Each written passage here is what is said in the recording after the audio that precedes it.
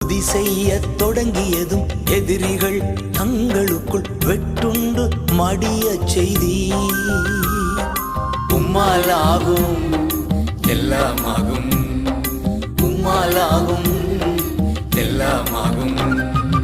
ஆகாதது எதுவும் இல்லை, உம்மாலாகாதது எதுவும் இல்லை.